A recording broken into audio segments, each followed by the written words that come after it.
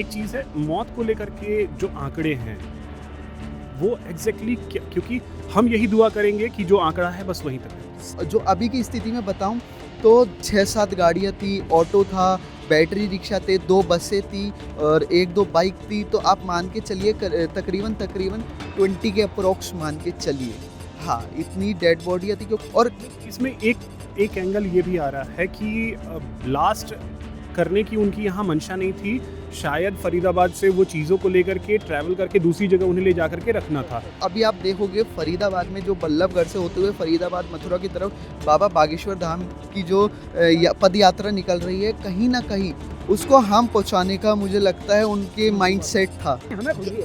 एक इंसान नहीं सर, इंसान के तौर पे हम सोचे वो ना सोच, मतलब मैं भाईचारे के चक्कर में चार तो बनना चाहता हूँ लेकिन भाई नहीं बनना चाहता। मतलब चारा बनूंगा, भाई नहीं बनाओगे। दिल्ली के साथ साथ पूरा देश आज एक सवाल पूछ रहा है कि आखिर क्यों देश की राजधानी दिल्ली में लाल किला जो कि हमारी शान है उससे चंद कदम की दूरी पर कल देर शाम एक ब्लास्ट हुआ। इस ब्लास्ट में अभी तक जो जानकारी आ रही है करीब 9 लोगों की जान चली गई है, कई लोग घायल हैं। जिस वक्त ये ब्लास्ट हुआ उस वक्त कई लोग यहाँ मौजूद थे, उनमें से कई लोग हमारे साथ भी हैं। सबसे पहले आपका नाम? सर यश नाम है मेरा। यश, आप यहीं पे थे उस समय? हाँ obviously sir, I also a digital content creator. मैं अपना जो कंटेंट था वो शूट करके, वो जो आप देख सकते हैं वो ब्लू कलर की जो शेडेड है, मैं उधर स्टैंड था और सडनली 6:40 का टाइम था। ये एक्यूरेट टाइम है जो मीडिया बता रही है, मैं आपको रियली फैक्ट बता रहा हूँ, ये सब झूठ है। 7:40 का वो टाइम था जब ब्लास्ट हुआ। 740 या 640? 6:40 का टाइम था जब ब्लास्ट हुआ। और सर ब्लास्ट इतना ज़ोरदार था जिसकी जो चमक थी बहुत दूर तक गई, हमारी आंखों में भी आई। और आप इनफैक्ट ये भी देख सकते हैं इतने पेड़ हैं इधर, इतने पेड़ हैं। जब ब्लास्ट हुआ तो लोगों की जो डेड बॉडी के पार्ट्स थे वो यहाँ तक, यहाँ गौरी शंकर मंदिर के आगे भी थे, जो बैरिगेटिंग हो रही है वहाँ भी थे। और जो उसकी आवाज़ थी, आवाज़ तो बहुत दूर तक गई थी। और जब हमने देखा कि भगदड़ एकदम मची है, बहुत लोगों ने कहा कि सिलेंडर फट गया क्योंकि सीएनजी गाड़ियों के सिलेंडर फट सकते हैं, कहा जा सकता है। तो हमें लगा इतना बड़ा विस्फोट नहीं होगा सीएनजी गाड़ी की जो सिलेंडर फटेगा। हमने उधर जाके मुआयना भी करा, मतलब मुआयना क्या, रेस्क्यू करा जो लोग इंजर्ड थे, जो एकदम ही डेड हो गए थे। फिर वहाँ से जब विस्फोट हुआ तो एकदम से भीड़ आई, भीड़ कंट्रोल नहीं हो सकती थी, इतनी ज़्यादा भीड़ थी। और उसके साथ साथ जो लेडीज़ें थी और छोटी छोटी बच्चियाँ थी, लड़कियाँ थी मेरी उम्र की, कुछ बेहोश हो गई। तो आप देख सकते हैं वहाँ पे भी लोग खड़े हैं। हमने वहाँ पे बिठा के उन्हें सहानुभूति दी, उनको पानी दिया, थोड़ा उन्हें रिलैक्सेशन दिया, तो वो रिलैक्स हुए। तो एकदम से ही फिर हम उधर चले गए कि क्या माहौल हुआ है क्या नहीं। तो हम देखते हैं उधर बैटरी रिक्शा, एक बाइक और 2 गाड़ियाँ, एक गाड़ी तो ऐसी चिपट गई थी, मतलब चिपक गई थी। कुछ फुटेज मेरे पे ऐसे भी हैं जो सामने नहीं आए हैं। हाँ, तो वो बॉडी पार्ट्स के हैं। तो फिर हम उधर गए, फिर पुलिस प्रशासन भी 5 मिनट के अंदर एकदम एक्टिव हो गया था। और वो आता है, पुलिस प्रशासन हमारे साथ मिलके पूरा सब उसको हटाते हैं और डेड बॉडी को हम LNJP हॉस्पिटल पहुंचवाते हैं। और जो फिर भी जो झुलस गए थे हमने उनको बैटरी रिक्शा में, ऑटो, जो ऑन द स्पॉट मिला हमने उनको LNJP पहुंचाया। एक बंदे का मैं आपको बताऊं, मैंने 3 जने रेस्क्यू कराए थे। एक जने का यहाँ से पूरा ब्रेन ख़त्म ही हो गया था। एक जने को मैंने, जो दूसरा बंदा रेस्क्यू कराया, उसका इतना पैर जो था, हाफ पैर एकदम कट था, ये लगा लो वो डेड थे। और एक जने को मैंने बचाया तो उसका जो फेस था वो झुलस गया था। बट उससे मेरी बात, मैंने उसके घर पे उससे कांटेक्ट नंबर लिया, वो बात कर पा रहा था। नंबर लेके उसके घर वालों को बता दिया कि ऐसे ऐसे बात है, यहाँ पे ये हुआ है, आप LNJP पहुँच जाओ। तो वो अभी ICU में एडमिट है, मिलने नहीं दे रहे हैं। मगर मेरे को एक चीज़ बहुत अच्छी लगी, पुलिस प्रशासन एकदम से एक्टिव हुआ, पूरी रोड खाली करा दी गई। जितने लोग थे यहाँ पे सारे उधर जाके हर चीज़ को हेल्प कर रहे हैं। और हर चीज़ का मतलब कहते हैं ना, एकदम तरीके से कर दिया, पूरा जाम को, क्राउड को हटा दिया। और उधर से एम्बुलेंस आ रही है, फायर ब्रिगेड आ रही है, सब एकदम काबू में ले लिया गया। आप यहाँ पे थे, ओवरऑल अगर समझे, क्योंकि ब्लास्ट बहुत बहुत ज़्यादा तेज था सर, कान तो में गड़गड़ाहट थी। और रात को सर मैं अपनी बताऊं तो रात को जो मंजर मतलब मैंने देखा था, उसके बाद से मेरे को रात भर नींद नहीं आई है। अंडरस्टैंड, वो समझ सकते हैं क्योंकि पूरे देश को नींद नहीं आई। जिन लोगों ने भी वीडियो देखा उनको नींद आना संभव भी नहीं था। लेकिन एक चीज़ है, मौत को लेकर के जो आंकड़े हैं वो एग्जैक्टली क्योंकि हम यही दुआ करेंगे कि जो आंकड़ा है बस वहीं तक रह जाए। सर जो कि 13 के अप्रॉक्स बताए जा रहे हैं, डेथ जो रेशो बताया जा रहा है, डेथ रेशो, आंकड़े। हाँ आंकड़े जो बताए जा रहे हैं, मगर ये मीडिया है, सही है, जो कम बताएं उतना अच्छा है, मगर इसको थोड़ा सा अबव मान के चलें, क्योंकि जो हमने रेस्क्यू करे उसमें भी डेथ थी, जो अभी हॉस्पिटल पहुंचेंगे जो सीरियस कंडीशन में, वो भी आएगी सामने। हम तो उनके लिए दुआ करेंगे कि हाँ, वो हम बच जो जाए। बस हम जो ये अभी की स्थिति हम में। ब्लेसिंग ही कर सकते हैं। जो अभी की स्थिति में बताऊं तो 6-7 गाड़ियां थी, ऑटो था, बैटरी रिक्शा थे, 2 बसें थी और 1-2 बाइक थी। तो आप मान के चलिए तकरीबन 20 के अप्रोक्स मान के चलिए।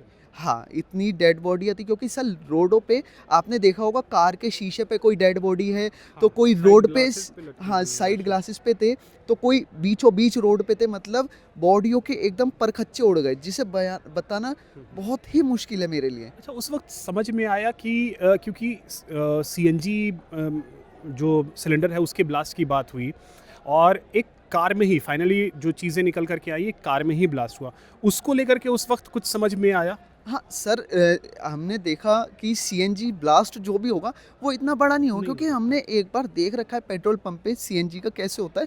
वो ज़्यादा से ज़्यादा 1-2 गाड़ी करेगी, मगर इतना बुरा हादसा नहीं होता जितना बुरा इसमें हुआ है। इसमें एनएसजी टीम, एनआईए टीम और फॉरेंसिक टीम और स्पेशल सेल्स, तमाम ऐसी एजेंसी हैं जो जुड़ी हुई हैं, मगर इसका लिंक कहीं ना कहीं आपने देखा होगा फरीदाबाद में जो डॉक्टर आदिल पकड़े गए हैं, उनके पास से 350 किलो आरडीएक्स बरामद हुआ है। उसके साथ साथ उनके पास से 2 AK-47 जिंदा कारतूस बरामद हुए हैं।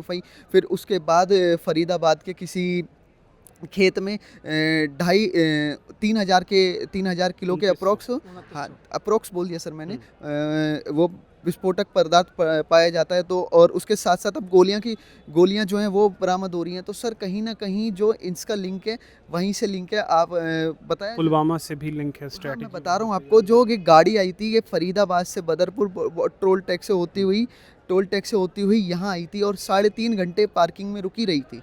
ये बताया जा रहा है 3.5 घंटे पार्किंग में रुकी रही है, फिर उसके बाद हुआ है। कहीं ना कहीं देखा जा रहा है इनका जो मंसूबे थे इससे बड़ा धमाका करने के थे, क्योंकि मीडिया में ही बताया जा रहा है जो इनके मंसूबे थे वो खुद कह रहे हैं हम नाकामयाब हो गए। और नहीं, तो इसमें एक एंगल ये भी आ रहा है कि ब्लास्ट करने की उनकी यहाँ मंशा नहीं थी, शायद फरीदाबाद से वो चीज़ों को लेकर के ट्रैवल करके दूसरी जगह उन्हें ले जा करके रखना था।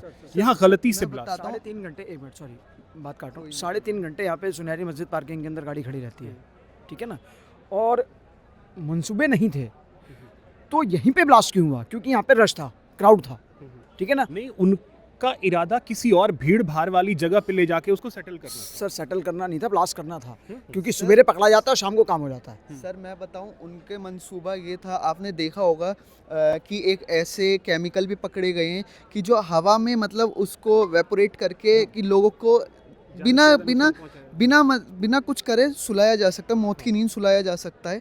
आप ये भी देख सकते हैं। और जो अभी आप देखोगे फरीदाबाद में जो बल्लभगढ़ से होते हुए फरीदाबाद मथुरा की तरफ बाबा बागेश्वर धाम की जो पद यात्रा निकल रही है, कहीं ना कहीं उसको हम पहुंचाने का मुझे लगता है उनके माइंडसेट था, क्योंकि उसमें लाखों की भीड़ हिंदुओं की थी और उसे मौत के घाट सुलाने का उनका। मैं यही कह रहा था कि उनका मकसद ये टारगेट बहुत छोटा है, ये अचानक यहाँ ब्लास्ट हुआ, उनकी कुछ गलती जो भी चीज़ें रही होंगी, उनका मकसद कुछ बड़ा था। मैं कहता हूँ मकसद यहाँ का हो या वहाँ का हो, मकसद तो गलत था ना। बिल्कुल, उसमें ठीक है कोई ना। शक नहीं है। सबसे बड़ी बात है इसमें मेरा भाई वहाँ पे इंजर्ड है, मेरे को उसके लिए नहीं बोल रहा, क्योंकि भाई किसी का भी हो, बच्चा किसी का भी हो, बच्चा है और देश का नागरिक है। मेरा खुद का भाई, मेरे मामा जी का लड़का इंजर्ड हुआ है, वो हॉस्पिटल के अंदर एडमिट है, ठीक है ना। तो मैं कितना दुखी हूँ क्योंकि मेरा भाई है। और सबसे बड़ी बात है यहाँ पे जो पार्किंग के अंदर गाड़ी है, मैं देखिए किसी को इसमें मेरे को पॉलिटिकली या किसी उस पर नहीं जाना, इसमें पॉलिटिक्स की जगह ही मतलब ही नहीं बिल्कुल है। लेकिन पार्किंग के अंदर गाड़ियाँ खड़ी होती हैं तो सिक्योरिटी लेवल इतना डाउन क्यों है कि उनकी चेकिंग क्यों नहीं होती? और और एक रोड के ऊपर- एक बात तो अब सीधे जैश ए मोहम्मद की भी आ रही है। हाँ जैश ए मोहम्मद, और आज तो इस्लामाबाद में भी टेररिस्ट अटैक हुआ है, आज ही की अभी ताज़ा खबर है। वहाँ तो डेली होगा ठीक है जब ना? आप और यूनिवर्सिटी के अंदर जब आप पाल ही रहे हो हाँ। तो वो तो होना है। और अपने घर के अंदर ही मरवा रहे हो। हमें तो इस बात की बहुत खुशी है कि इस्लामाबाद में भी हुआ। नहीं हमें खुशी है।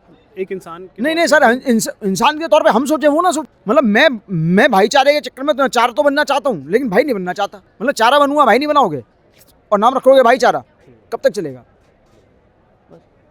चलिए शुक्रिया। तो देखिए दर्दनाक है, और जो तस्वीर आई उस तस्वीर ने इस बात को साबित कर दिया कि अभी भी कई जगहों पे बहुत सारी चीज़ों में लू फॉल्स हैं, और इसे हर एंगल से जांचने की ज़रूरत है। हमारी सुरक्षा एजेंसियों को इसके बारे में देखने की ज़रूरत है कि आखिर सुरक्षा एजेंसियां कहाँ थीं।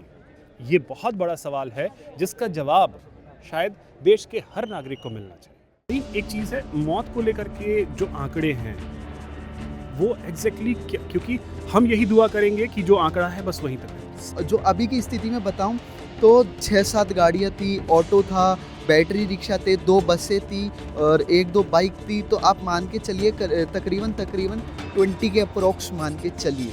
हाँ, इतनी डेड बॉडियाँ थी और इसमें एक एंगल ये भी आ रहा है कि ब्लास्ट करने की उनकी यहाँ मंशा नहीं थी, शायद फरीदाबाद से वो चीज़ों को लेकर के ट्रैवल करके दूसरी जगह उन्हें ले जा करके रखना था। अभी आप देखोगे फरीदाबाद में जो बल्लभगढ़ से होते हुए फरीदाबाद मथुरा की तरफ बाबा बागेश्वर धाम की जो पद यात्रा निकल रही है, कहीं ना कहीं उसको हम पहुंचाने का मुझे लगता है उनके माइंडसेट था। हमें खुशी है। एक इंसान नहीं सर, इंसान के तौर पे हम सोचे वो ना सोच, मतलब मैं भाईचारे के चक्कर में तो चार तो बनना चाहता हूँ, लेकिन भाई नहीं बनना चाहता। मतलब चारा बनूंगा, भाई नहीं बनाओगे।